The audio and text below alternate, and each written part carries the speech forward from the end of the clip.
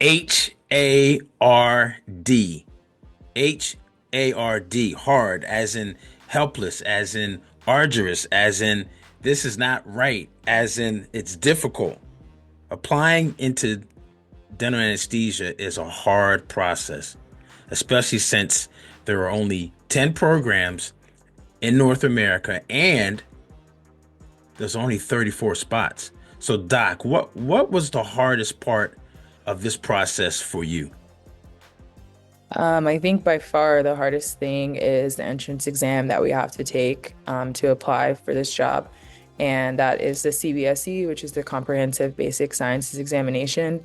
It's an exam that covers essentially USMLE content, and the USMLE is the boards that the medical students have to take to become board certified and pass or graduate from medical school. And so the CBSE covers that content. So it's essentially the first 2 years of medical school content on the exam. And going to a dental school that is the newest dental school in the last 50 years in Texas, our curriculum is very different than, some other dental schools that have been established that have had curriculums in place for a long time. We have an integrative curriculum, and so we learn what we need to learn for dental school. We're not one of the schools where you take all of your didactic classes with med students. So for me, having to teach myself 2 years worth of medical school content to take this exam and score well enough to have a good enough score to apply for this job was my biggest challenge, easily. I can answer that question with my eyes closed. Yeah, okay, got it. Are you fearful of the dentist? Do you have dental phobias, apprehension? Are you one of those individuals, or you've heard people who say, I hate the dentist, I hate the dentist? Well, one of the reasons why they hate the dentist is because of having to get numb, right? Maybe scared of the needle or just whatever that phobia is. Well, today we're going to talk to a dental student who just matched into dental anesthesia. Yes, dental anesthesia, which is like the sleep dentists. We're sleep dentists, right? We have the solutions to successfully making sure that we can help you conquer that apprehension. And she's going to tell us all about how she matched into the program. She's going to also tell us about how she put together her application, how she ranked her program, how she did her interviews, all that and more. So stay tuned. Hey, this is Dr. Darwin, a new dentist coach, for another episode of Ask Dr. Darwin on the New Dentist Podcast Show, where we talk about getting into dental school, getting into residency, and then life as a new dentist. Be sure you're continuing to share this content, comment, save it for later, go back, use it as part of your process to get into residency.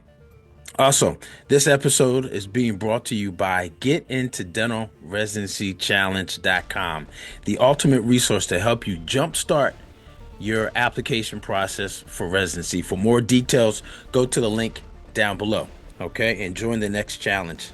Today, we're talking with special guest who is recently successfully just matched into probably one of the well, it is definitely the one of the newest dental specialties, but also one of the dental specialties that's very, very competitive.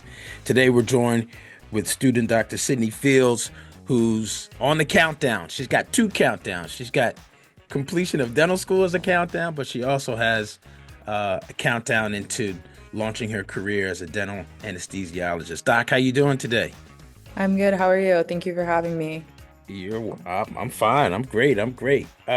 Please tell us a little bit more about yourself for those that may be meeting you for the first time as well. Yes, sir.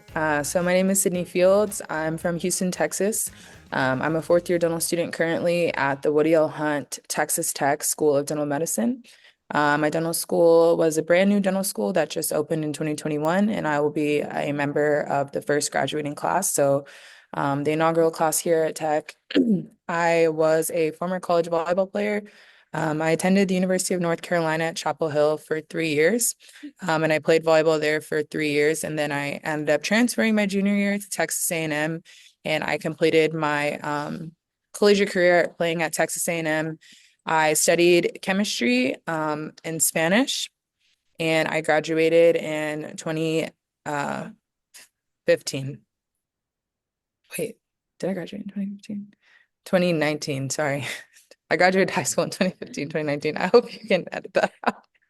Yeah, yeah, hey, I get it. You know, as a volleyball player, jumping up and down, your brain is moving, going left and right. You can't remember some of the things. I get it. Same thing happened to me running track at college. I get it.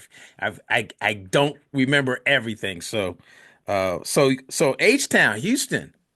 Yes, sir. Oh, awesome. Lived there for a while. Love Houston.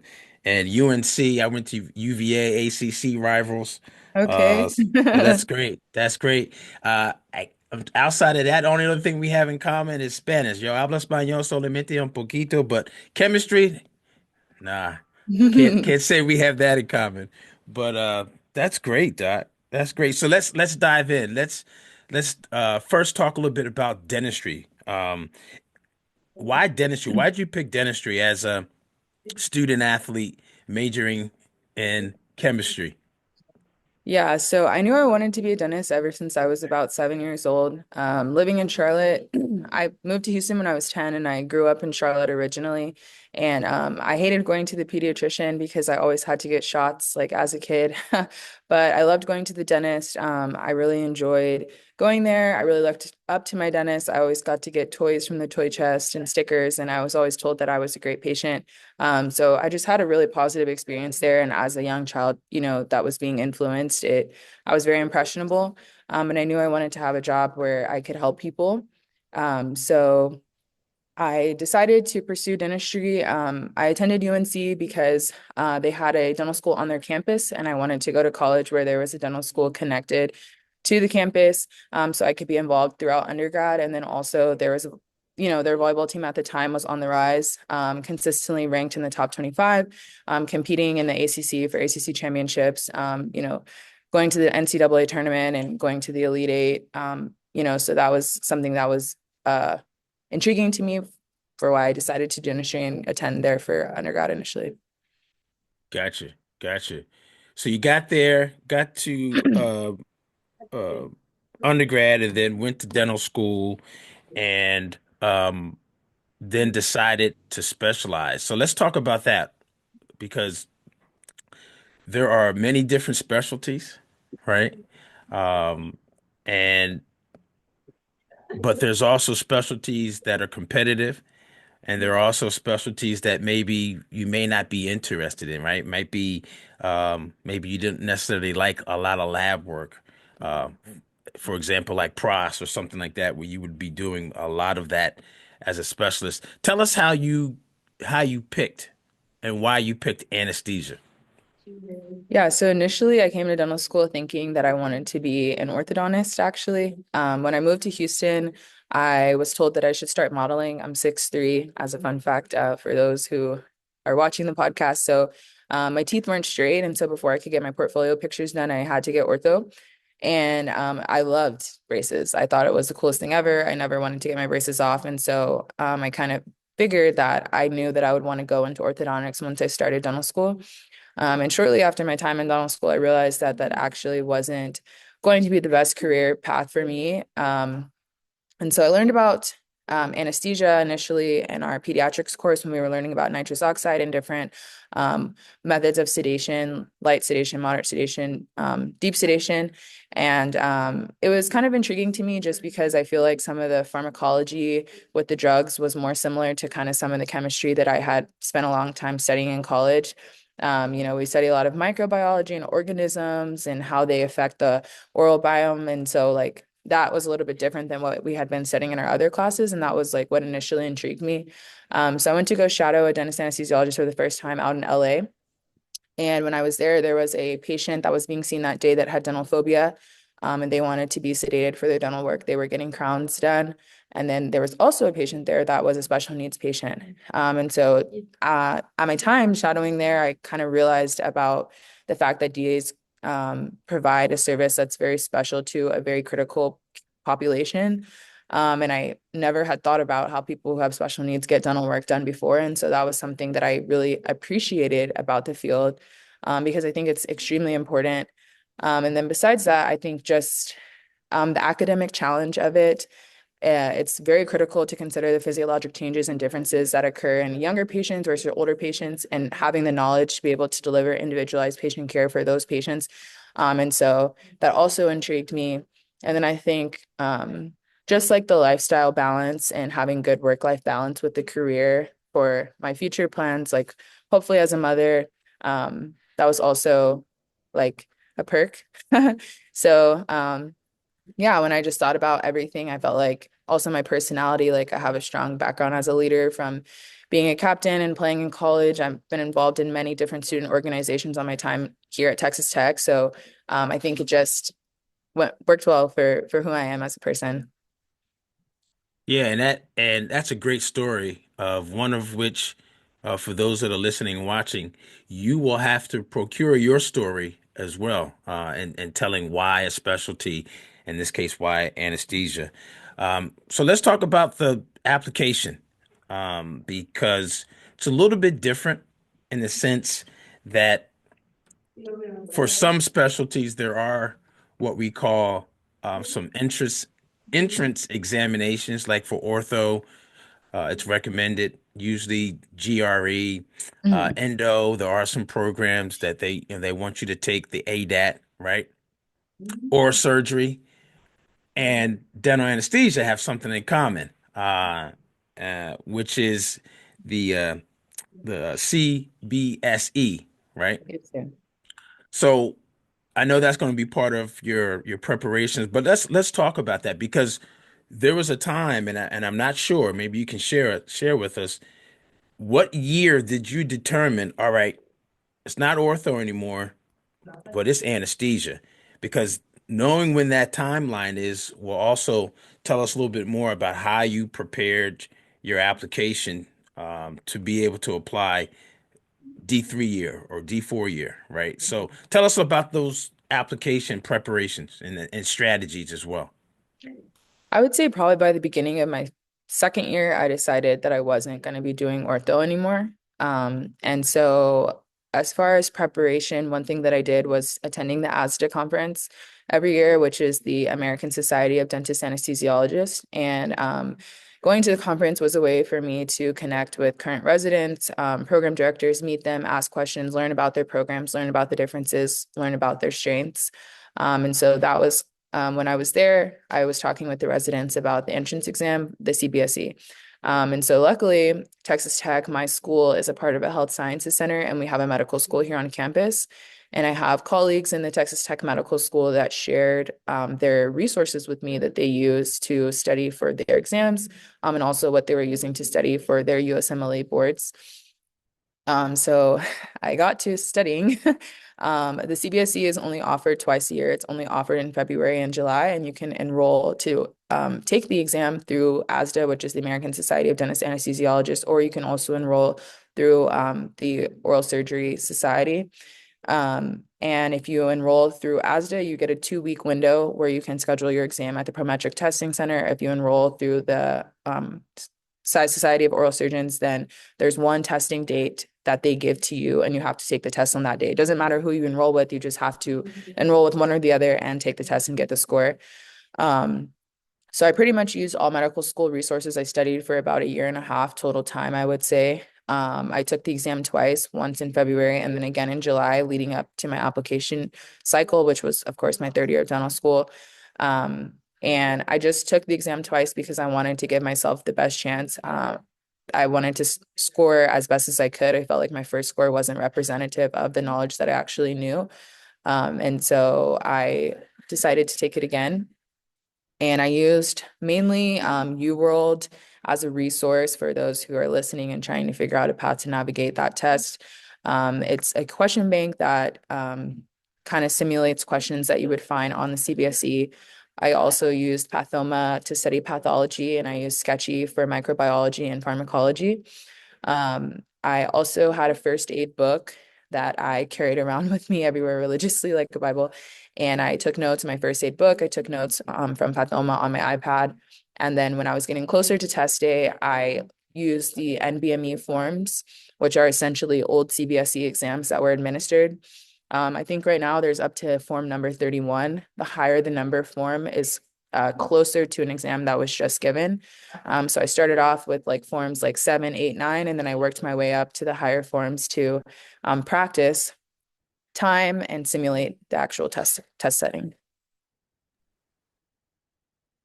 So what you just shared with us was just a whole playlist or a playbook on how to study and really prepare your application more specifically for taking that exam because that exam is key, right? It's key.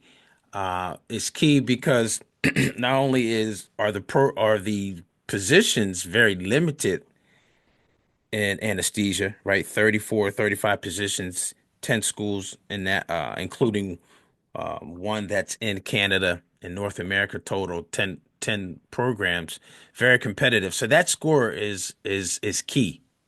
Yes, Key, sir. key, key, key, key. What's typically, or what did you find was the range scores need to be in based on what maybe residents shared with you, maybe information that you got at the ASDA conference, and what was your target? That's a great question. So for medical students, they take the CBSE exam before they're allowed to enroll for the USMLE. USMLE is a pass and fail exam. CBSE is a scored exam. So for medical students to get clearance from their med school to enroll in their boards, they have to score 60. A 60 is considered passing. So that was my goal to shoot for 60 to consider to pass the exam. I had a friend here at Texas Tech that took the CBSE and she didn't score 60, so the school did not grant her access to enroll in the step one board. So that was what I was scoring for. I would say to be a competitive applicant, passing would be great, or if you could even score in the 70s, which is pretty typical of OMFS residents, like that's also good. The exam is fairly new as a requirement for anesthesia applicants, so the scores are very variable and it does fluctuate. Um, so I think if you don't score a 60, that's okay. But I think that ideally is like a good competitive score to be able to pass that exam as a dental student. I think another really important part of the application process, besides that exam, since it is scored, is externing with the programs. That's a way for you to like learn the program, learn the residents, learn the program director, learn what they're all about, but also for them to meet you and learn you and know who you are as a person, how well you work with the team, and if you would fit in at that hospital, and if you would fit in, working with those residents, because you do work very closely with these people for 3 years. And so as far as my application went, planning in advance enough time to allot myself to be able to complete all of the externships at every program that I applied to was really important, because of course, I'm still a dental student. I still have requirements at dental school that I have to fulfill. I can't be missing all of these days. So planning in advance and planning strategically to complete that, I think is also a really important part of the application, because some programs, if you don't extern at their program, they think that you're maybe not that serious about the program, or you're just applying willy-nilly to see like, hey, let me try to see if I can get into this. So I think it shows determination, and it shows, that you really are wanting to do this. So externing is also a really important part of the application process. It starts before your application even opens, but it is still a Abs- part of the process. Yeah, I was gonna say, I mean, to be able to coordinate those externships, right, is a process in itself, Yeah. outside and internal to the overall application process. So how did you do that? Like, I know you went to the meeting, and again, this is the reason why, for those of you who are that are considering specializing, you got to go to the specialties annual conference, annual session, annual meeting. Um, how did you coordinate those externships? And you said going to all the programs that you applied to. So there's 10 programs, and we'll talk a little bit more about the number of schools and why those schools, but coordinating, like, how did you know how to coordinate that? And people who are listening who may want to do it, they're probably thinking, well, no one's telling us at dental school how to do this. How do I know that I'm doing the right thing? How do I approach it? So at the ASDA conference, they have a poster session on 2 of the days of the conference where the residents are presenting their research. And so I talked to a lot of the residents that were presenting research there, and they told me, who I needed to contact as far as reaching out. A lot of the programs don't have listed on their website that they actually do offer externships. I think Ohio State and Pittsburgh are the only ones that have it offered online, but they do offer them even if it's not listed. So, and then I just went up to the program directors in between, the sessions, and I introduced myself and I let them know, hey, my name is Sydney. I'm a second-year dental student. I will be applying to anesthesia, and I'm very interested in coming to extern and, visit your hospital. And they gave me their email information, which you can also find online. And so if they didn't have a externship coordinator, I reached out to the program director directly and told them, the dates and times that I was available. And that's how I was able to set it up. That's awesome. And to your point, again, another reason why you have to go to these conferences. There's so much information, not only about the specialty, um, and new innovations, hot topics, but also connections, Networking. networks. Yes, the networking piece. Um, Something that we always talk about is such an important thing. It's not necessarily what you know, but who you know that can help elevate your candidacy and also career, right? Future career as well. So externships, so how to coordinate those, um, so that that is an important part of your application strategy as well. So thanks for sharing that. That's some good information and again studying for the CBSE, yep, CBSE. I mean, you named a couple of very key resources. If you guys didn't write that down, go back, listen, rewind, listen to it again. You mentioned UWorld, you mentioned Pathoma, you mentioned Sketchy, you mentioned First Aid, and you mentioned something else about some forms. What were those forms? MBNA? NBME, and they're ME. NBME, yeah, they're old medical school forms. So NBME stands for National Board of Medical Examiners. So they're the old forms from the old like step one exams or CBSE exams. Gotcha. Gotcha. Hey everyone, it's Dr. Darwin. Just want to take a quick break from this episode and hope that you are enjoying it. First thing I want to ask is, did you know that a large majority of the individuals like you who watch these episodes are not subscribed to the channel, to the YouTube channel? Nevertheless, we want to say thank you for watching and continuing to share these videos and episodes with others. Next, I want to say is subscribe. Yes, please hit the subscribe button so that you get these notifications each time these episodes are released. Last is I wanted to connect with those of you who are seeking to become an advanced dentist and specialist. And I invite you to our next event called the Get Into Dental Residency Challenge.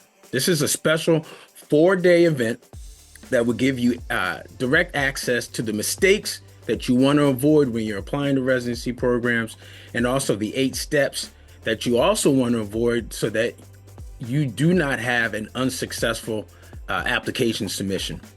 The information that we will be covering over those 4 days will be some of the tips and strategies that I teach in my one-on-one and group coaching trainings with clients who are continually and successfully being matched into and selected into high-profile residency programs here in North America. So if you're pursuing or aspiring to get into dental residency this application cycle, this challenge is for you. Check out the link below to receive more details and join the challenge. And also, I would encourage you to enroll in the challenge via the VIP experience. The VIP experience gives you actually access to a 1-hour Q&A session every day of the challenge before we actually get started with the challenge. And it guarantees me to answer your specific questions that you and other VIP experience members have on a daily basis. So I'll see you in the Get Into Dental Residency Challenge, and let's get back to this episode. Well, taking that exam and scoring in a passing 60, then also possibly even in a more competitive range of high 60s into 70s, allows you to have better options related to schools, right? Especially schools that are looking for candidates that have that have those types of ranges in their score. So let's talk about that. Let's talk about schools and programs. We know there are 10 programs. Tell us a little bit about your strategy as far as the number of schools that you apply to and why those programs. Of course. So out of the 10 programs, like you mentioned, there's one program in Canada. And so I knew that I wanted to go to a program that was salary based. You get paid since you're a hospital employee. And so that program is tuition based if you are not a Canadian resident. I believe if I'm incorrect, someone can maybe correct me in the comments. But so I didn't apply to that program. And then that would leave nine. And then out of those nine, there's two programs that you have to have a year of work experience or have done a GPR to apply. And obviously, I was applying straight through as a dental student, so I didn't apply to those two. So that left seven. And I applied to all of those seven programs. So there are three programs in New York: Jacobi Medical Center, NYU Langone, and Stony Brook, in Long Island. And then Advocate Illinois Masonic Medical Center is located in Chicago, University of Pittsburgh, and Ohio State University. And then the seventh program is a brand new program that just opened this year. Their PGY1 class will be starting in 2025, and that is University of Las Vegas, Nevada, so UNLV. And so that was a brand new program for my application cycle, but I applied to that program as well. So those were the seven. Awesome. UNLV. I didn't know they came on with a new program. I was familiar with the three in New York, Pittsburgh, also Chicago and Ohio State, but UNLV. That's great. That's great. So basically, you just applied to all the programs. It Yeah, wasn't from necessary. what I mean, I've that was your heard, strategy. Yeah, that was your yeah, strategy. what I heard, it looks bad if you like, oh, I really want to go to Pitt, and so I'm only going to apply to Pitt. I'm only going to extern at Pitt. So it's just better to apply everywhere. Um, and so, yeah, I mean, there's only seven and there's very few spots. So I wanted to apply, like I said, everywhere and give myself just the best chance. Yeah, that So I would sounds say good. that's pretty standard. I do have some colleagues that did match, and like certain areas might have been like a deal breaker for their family that they didn't want to move to that area, maybe their spouse or something like that, so they didn't apply to that program. But for the most part, I enjoyed all my externships at all the programs, and I I was willing to do whatever, move wherever I needed to be to get this job. So And that's key that you mentioned that as it relates to doing whatever it takes, right? Especially when you get that direct information from residents or program directors, or you see how being in that environment at the ASDA conference, you can see how what the vibe is and what the energy is, right? Those people are determined, colleagues that are that will do whatever it takes. So being in that environment also gives you a sense of the type of behavior and thought process and mindset that you need to have to get yourself ready for the application, especially externships. And externships, again, are key because not only does it help with your application, personal statement, but also things that are in your CV, right? But also, those externships are going to help probably during the time that's even most important, which is the second phase of this process, which is the interviews, right?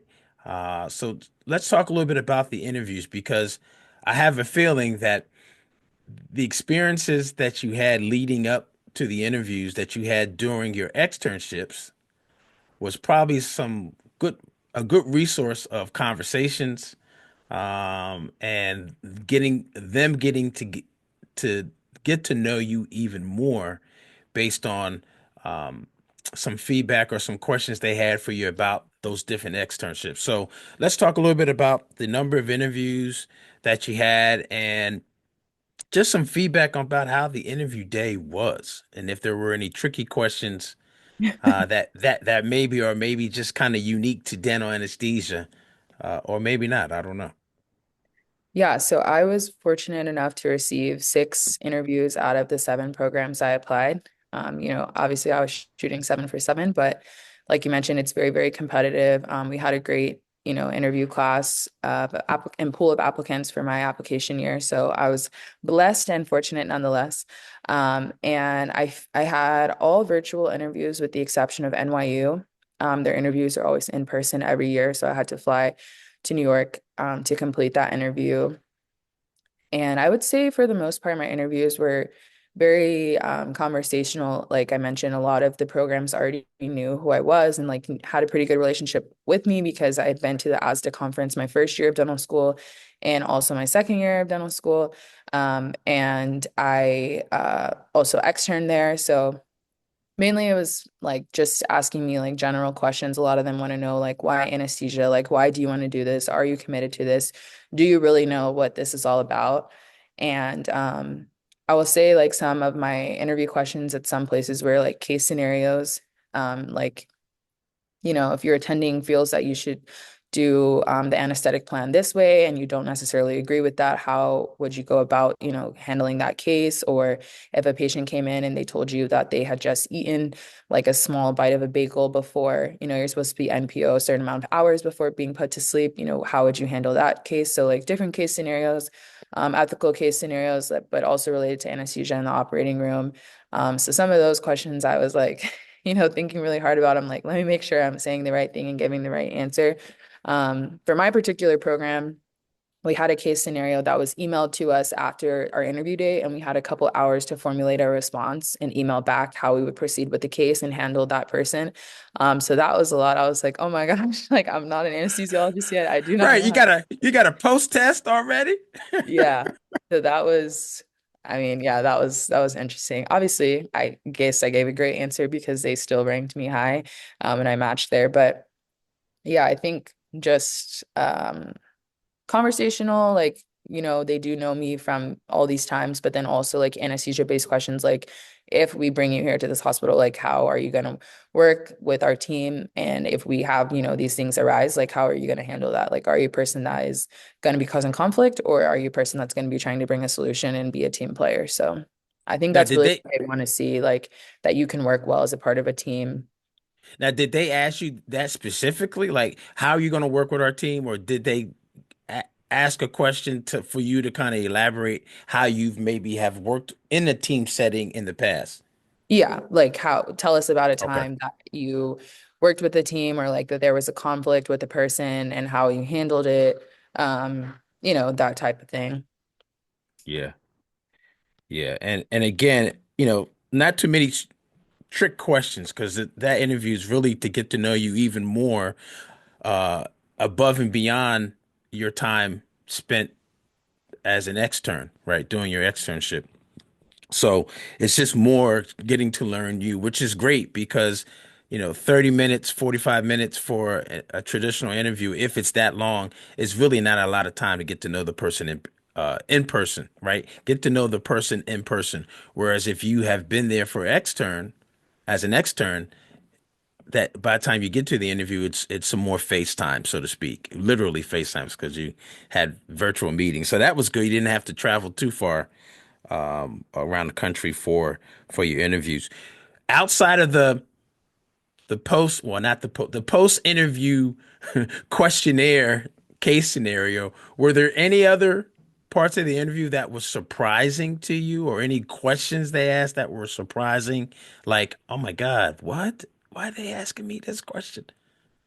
No, I wouldn't say. I think I was like pretty like smooth going. I know some of my classmates who had like a peds interview, they asked them like, how would you describe the color purple to someone who's blind? Or like very random, like weird things. Like I didn't have anything like that at all. We did have like pre-interview um like application. I don't pre we had like a session before the actual interview with all of the residents where they like gave a presentation about the program and like allowed us to ask questions. So that was something that I wasn't accounting for, but like it's not mandatory, but it's like you're voluntold, as we used to say in volleyball, like you're voluntold to attend to do that. So that was something that I wasn't preparing to account for those extra days, to make sure that I was able to log on to do those. And I live on mountain time, so it's a little bit different. Like for the programs are on the East Coast. like just like the time wise. But um, yeah, that was something So else that I also had to so take into so so basically before you had your actual interview day, say if the interview day was on a Wednesday, on that Monday or that Tuesday, there was a session that the residents for each of those programs had as kind of like a presentation, introduction to our program that you had to attend. Is that what you're saying?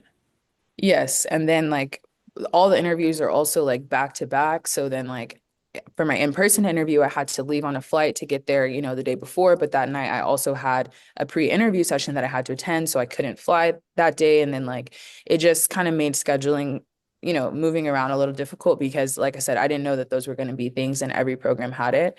And I'm super grateful for it. Like we got to talk to the residents one-on-one and the program directors logged off, and we also got to talk to the program directors, but it's just something to like note that that's a part of the process. Also, part of the process is finishing up after those interviews, and then you have to start to formulate what you like and which of those programs you like more than the other, right? You have to put them in a order. You have to rank them, right?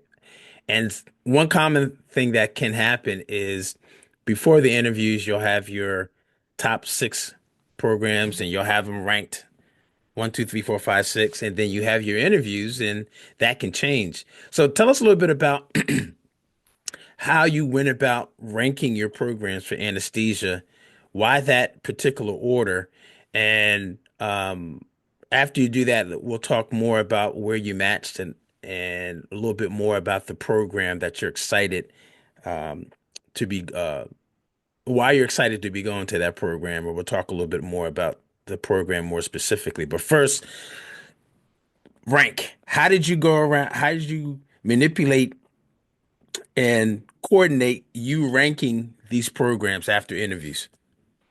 Yeah, so for me, like I was talking with my dad and I kind of just had like the things that were most important to me. And then I kind of evaluated each of those six programs in those categories. So one of the things that was really important to me was just the pediatric experience, like what experience do those residents get? And the reason being is that a lot of dentist anesthesiologists work very closely with pediatric dentists. And so I wanted to be comfortable in not only treating adults, but also treating kids and being able to treat kids that are, ASA threes and fours, like kids that are very sick, and feeling comfortable treating healthy kids and sick kids as well. So having a variety of experience in that sense. I think also what was important for me was having mobile experience. So by CODA, which is the accrediting body for dental schools, accrediting body for residency programs, you have to meet certain requirements. You have to meet a certain number of cases and hours. But and of course, majority of that time is going to come from hospital training to meet those cases and hours. But also, like mobile experience is very important because if you're not working in a surgical center or you're not working in a hospital post graduation, which most people don't, going out into the real world and practicing anesthesia as, a DA is, it can be like a shock if you're not familiar with how to set up an office, like your setup with your machine and traveling with your machine and like just a lot of like little small details and things. And so like what is the mobile experience at that program like? Is it just that they get, 2 weeks of mobile experience? Do they get, a month, 2 months? Like what does that look like for them? Um, so I think those were like my two biggest factors. Like what is their mobile experience like and what is their pediatric experience like? And then of course location. I feel like location just that speaks for itself. Like living in a place where I felt like I would be comfortable and could like thrive and enjoy my environment. I'm from Houston, but I live in a suburb of Houston called Missouri City. So living in a big city for me, I also went to UNC Chapel Hill, which is a college town. I went to Texas A&M, which is a college town. So living in a really big city to me was kind of like intimidating. So just like location, and then proximity to an airport is also something that I looked at. I really love to travel in my free time. Not that I probably will have a lot of it, but when I do have that time to travel to visit my family, to see my siblings play. My sister is a professional volleyball player. My brother is currently playing in college, but also hopefully will go on to the professional level. So just having like ease of access to get to an airport to be able to see my siblings and see my family was also really important to me. Absolutely, makes sense. Shout out to Missouri City. Houston suburb south of downtown Houston. I lived in Pearland. You remember Pearland? Okay. Yeah, Yeah, Pearland and yeah, Mo yeah. City are super close. My best friend's from Pearland. It's like 20 minutes away from Mo City. So Yep, yep. Got some great Houston stories. Sorry, y'all. Just aside. Uh, so did any of your rankings change after your interviews? it did. So Ohio State was my very last externship. I completed that in August, while I was on my school break between my summer semester and starting my fall semester. And I loved Ohio State. Every program I went and externed, and there were things that I liked and things that I didn't like. And I like told my dad, I wish I could just put all the things that I like and put it into one hospital. And then I went to Ohio State and I was just like, wow, like I love this place. And I am really excited about Match now because like I know where I want to go. And so at the time, I hadn't went to Chicago to extern because they weren't available on the weekends, and I had already used my allotted days for school that I was allotted for externships. And so I told them like I don't have any more days for school to use for this. Are you available on the weekends? And they told me no. So I hadn't gone there. And so it was really hard for me to rank a program number one that I had never visited. I had been talking with the resident that was at Chicago throughout my time in dental school. I talked very closely with their program director for like an hour when I was at the ASA conference. He introduced me to another resident. I talked with her for like over an hour. So I knew a lot about the program. I just never visited. So at the time, Ohio State was my number one through and through. Like I was like, I'm gonna be a Buckeye. And then the day before our rank list was due, um, we had an event at school called Give Kids a Smile, and the fourth year dental students were excused from Give Kids a Smile, and we didn't have to attend, which was that Friday. And or not Give Kids a Smile because that happens in February. Sorry, it was like a neighborhood smile, some like similar Give Kids a Smile event that we have. And I was actually already going to Chicago that weekend with two of my friends for the medical school to attend a conference. It was my first ever conference, and they wanted to go to the Chicago location. So I was like, yeah, sure, we can go. And so we ended up getting that Friday off. And I called the program director and I said, I was already coming to Chicago this weekend. I understand rank list is due tomorrow, but is there any way if I can get on an earlier flight, can I come and see the hospital? And he said, sure. He said, our cases will start at this time. If you can get on the earlier flight, you let me know. And I was at the airport at 3 o'clock in the morning and I was on standby and I got on a 5 a.m. flight to Chi. And I saw the hospital that day. I saw the dental clinic that day. We just have a brand new dental center that they just built. It's essentially like a surgical center where the GPR residents work. I saw everything and I was just like, I have to change my mind. Like I love it here. I can see myself fitting in here. And so my friends and I went out to dinner and the rank list was due in like a couple hours. And I was like, oh my gosh, like, should I switch Ohio State to number two? Like, what should I do? But like, if that's what you feel. So I ended up switching it. And then we got back after dinner. We got to the hotel and I think I had like 10 minutes and I was like, oh my God, should I switch it back? Like, what should I do? But I just prayed about it. I called my parents and I told them, I made my decision. I just changed, my rank list. And I just said, whatever God's will is for me, if it's Ohio State that it'll be, or if it's Chi, like I'm super excited about that as Right. well. And yeah, I'm just really grateful that, that worked out with school for me to get that day off Yeah. as a fourth year and be able to go there early because I told the program director in person, I said, if I hadn't come here, I wasn't going to rank it number one because I was like, it's just hard for me to rank somewhere that I haven't seen. Like I have to see it. And I'm so grateful Yes. glad that I did see it because I'm super, super excited. And I just feel extremely blessed to have matched my number one choice. So yeah, it all worked out. Yeah, and we're going to get to that right now. But the phobia, not the phobia, but the rank list, rank list shenanigans at the last hour. Wow. Yeah. That's crazy. That's I was crazy. stressed because I Yes. mean, huge decision. Like, my co-resident or my friend who actually ended up being my co-resident, he attends Texas A&M, and he had sent me the statistics from the match the previous year, and the Mm, stats showed that anyone who ranked a program three or lower did not match to that program. It was only between the one and the two spots. So, or maybe one person might have ranked a program three and matched there, but it was like really your one and your two program are the two places because the algorithm of the match is designed to favor the applicant. It's supposed to be in the applicant's yes. favor. So if someone's your one or your two choice, it's designed to be that way for you. Right. So I was just like, oh my gosh, like if I moved someone down too far and they're in three, like I'm not going to match. And, like I was just very, very stressed about that. And so yeah, at the last hour, I was like, oh my God.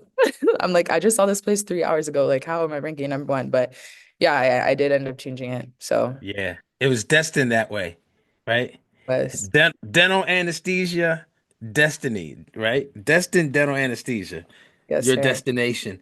And let's talk about that destination. Please reveal where you're going to be taking your talents to become a board certified dental anesthesiologist. Yeah, so I'll be going to Advocate Illinois Masonic Medical Center in Chicago. I'll be starting on July 1st. Yeah, I'm super, super, super excited. But yeah, I think like I mentioned, I had known one of the residents for since my second year to my third year, and I had been, speaking with him, and we get along really well. My co-resident, Mike, like I mentioned, he goes to Texas A&M, so he's a Texas kid too. I met him at the ASDA conference, and we hung out the whole weekend. And then, when it came down to rank list, he was like, "All right, let's see, if we end up together." And it's we actually did, which is so crazy, because our hospital only takes two residents. Us in Ohio State only take two, so we're the smallest resident pool out of all the programs. Some of the other programs take four, five, six, but we only take two. So it's very like rare for Mike and I Right. to have met up together. But I think, like the residents, I really got along with them all. Our program director, Dr. Kromash, like he's great. My very first time attending the ASDA conference, he sat down and talked with me, like I said, for an hour. And out of all the program directors who talked with me, like he spent the most time. And I felt like he genuinely cared about the questions that I was asking. He wasn't just trying to run me off and go talk to his friends, at the conference or hang out with people that he knew. And that really meant a lot to me. Um, we do a rotation in Milwaukee at a children's hospital. So we get a whole separate rotation from our normal hospital experience where we're working with pediatric patients. We get to go to a surgical center as well and see what that's like. And we work at a surgical center as well in Ohio. The program director at Ohio State actually owns that surgical center, so we get experience going there. We get mobile experience. Chicago, like when I went for the conference that weekend of match, I mean, the weekend that our rank list was due, that was my first time ever going. Like, it's a great city. It is a big city, but it's not as, it's on a much smaller scale than like New York. So it wasn't as like intimidating to me. It's beautiful. Yeah, I mean, I just can't say enough great things. I'm just so excited. I feel so blessed. God has been, my rock throughout this whole process. So yeah, I'm really grateful.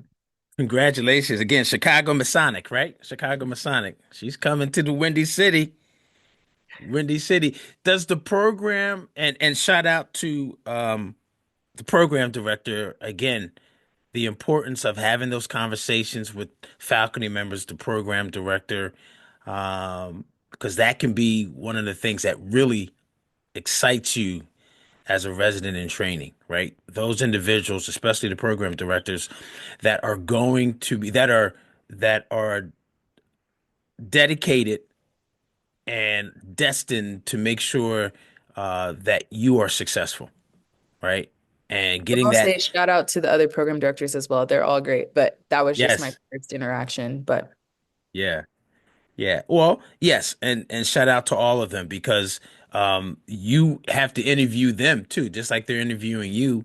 And when you find that you have that support and that you will get that same type of support as a resident in training, that's key. That's key. So two positions, 3 years, right? yes, sir. 3 years. You got a couple of rotations that are out of state. You've got one that you go to the surgical center. Do you have where is the program in proximity to UIC? Is it close to the dental school there or where is it? I'm not sure where UIC is, but Okay. hospital is in Lakeview. It's by Wrigley Field where the baseball team plays. And Okay, so so yeah, so it's like northwest or something. I know like Because DePaul, like when I was looking at the map, DePaul seems to be like the closest university to the hospital. right. Okay, so yeah, it's still in the metropolitan Chicago area. UIC is downtown, Okay. around the loop. I was asking that because I know, we talked about pedo and working with children and also having those rotations and also having interactions, having those experiences. I didn't know if you will be interfacing with the pedo residents at like UIC at the dental school there because they have a pedo program. So that's why I was asking about proximity, about Chicago. What else are you excited about related to the program? Like highlight some of the strengths that made you rank them in your top two.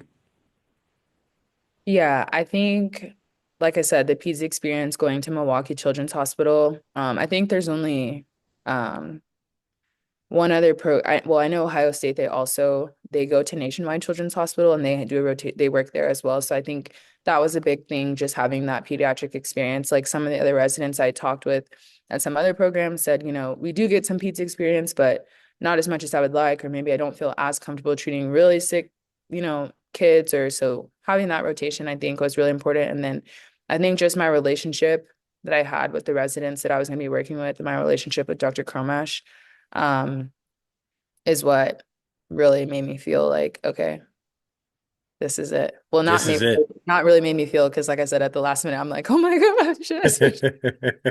But yeah, I would say that. I think our experience with P's, our mobile experience, like I have a mentor that I met at the ASDA conference. And they were saying that like when I do my mobile time, like I can go back to Texas and go back home and shadow and work with him, because I'm considering maybe like joining with him as a partner when I graduate from residency. So just like um, those little small things. Um, yeah. Yeah. I think those are strengths of the program for sure. I think having that time to go, and then I also like to be, being able to go to a surgical center because I'm interested in working there in a surgical center potentially as well. So having that built into our work schedule, going to Ohio, getting housing to stay there and work at that surgical center, I thought was really, really unique and cool. So I think we have it all. We have the OR experience, we have the rotations and the external experience, great people. Um, when I went to the dental clinic, like the GPR directors were awesome, like because they work very closely with them. I just had a really great experience when I went in Good. those few hours that I was there before the clock was ticking to turn in my list. Now, do you have a tuition that you have to pay? Are you guys getting a stipend? How does that work for this particular program? Yeah, so our program is salary based. So PGY1, we start out at $70,000 for salary. And so PGY, for those who are watching and don't know, stands for post grad year one. Our program is 3 years, so every year it goes up. So post grad year two, we'll get a little bit more. Post grad year three, which will be my last year, we'll get a little bit more. We get an educational stipend that we can use for books, iPads, question banks, online resources for anesthesia. We get a meal stipend as well. Some hospitals do it where you get the meal stipend just directly at the hospital. So we get that, since we'll be spending a lot of time there, we get that meal stipend. And yeah, that's how it works. That's good. So, the importance of doing residencies, everyone, especially for specialty as well. You will get paid. You're getting paid to learn, right? Yeah. And to specialize. So that's good. So salary, PGY one, two, and three, each of those stipends will go up subsequently every year. You get an educational stipend and some food, meal stipend as well. Every That's program awesome. varies too, like around the pricing. Like I think Jacoby in New York and the Bronx, like theirs is the highest. Like I think they start out at like PGI 190. But they're part Hmm. of a union, so that's why it varies. But yeah, I think typically if it's a hospital-based program like OMFS or anesthesia, you get paid. Where if it's like a school-based program where you're learning like ortho or peds, you might pay tuition and maybe get like a stipend on the side. But I think like that's the main difference being with a hospital based program, we do get paid salary. So I will be getting paid for the work that I do, unlike dental school. That's right. That's right. Love it. Love it. What we love to hear now is some advice, some tips, knowing what you know now, and you've gone through this process, and you've already shared some great inputs and some great things about your process and things that you did during that process, right? Especially the externship piece and going to the meeting. What else? what else should individuals who are aspiring to become a dental anesthesiologist, what are, a couple of things or a few things that they must do right now?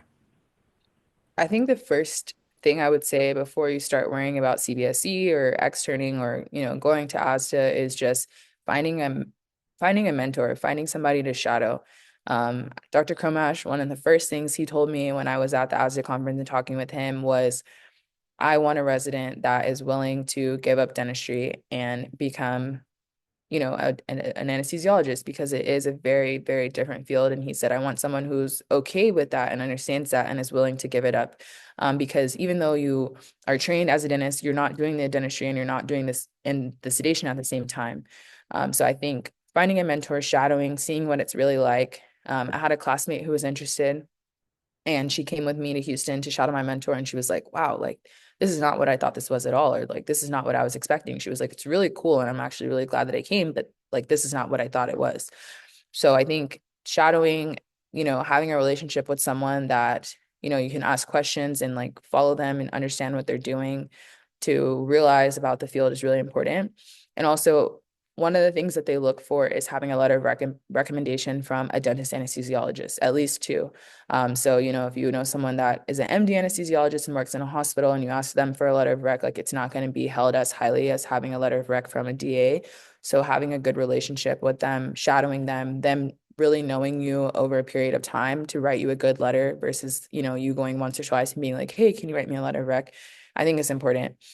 Um, and then just starting early, like even if you think you're interested and you're not really sure, like starting early and maybe attending the conference, the fee for a student is only $100, like a student pricing to attend. So I think just going, meeting people, asking questions to like figure out, because like I said, I still was kind of on the cusp, like, oh, maybe I should give ortho a chance. So I think finding a mentor, shadowing, documenting your shadowing hours and keeping track, and then just starting as early as possible, whether it is just like initial interest to see, or if it's like, okay, I think I'm set on this and like starting studying early. Like, I wish I would have started like first day of dental school, which is what some of my classmates who are doing OMFS did. I'm like seeing them walk around with first aid as first years. I'm like, what are these kids doing? And they're like, they know that they want to be oral surgeons and, they're on it because that test is a beast for sure. Yeah. So, Yeah. And you mentioned it earlier, as far as that test, and I'm sure that's part of some advice as well, making sure that you are utilizing those resources specifically geared to support your studying for the test, right? mhm, You mentioned Sketchy, you mentioned UWorld, you mentioned Patholoma, you mentioned the National Board Medical Exam forms, the old mhm, exams as well. And I'm sure that's also part of some tips and advice. The sooner you can get your hands on those resources and start to prepare your candidacy related to your test, the mhm, exam, because like you said, this is something new that anesthesia is doing as a way of determining where you're going to be and be able to excel within the profession. Because like you said, right, it's not dentistry anymore, right? It's mhm, not dentistry anymore. So, some great tips, finding a mentor, shadowing, letters of recommendations from specifically from dental mhm, anesthesiologists and how that has a much heavier weight or it's weighted heavier as part of the program directors and the faculty that are reviewing those applications. And then again, starting early, like you mentioned, D1, D2 year where you went to the conference. And yes, you must go to the conference. You must go to the conference. Anything else you can think of that maybe you had done that you wish you had done just slightly different? um, I'm trying to think. Like, I only knew to go to the conference because when I was shadowing in LA, I met a resident that was like working there. Um, And so he was the one I asked him, because NYU, they have two external sites. They send their residents to LA and they send their residents to Arizona to do external rotations there.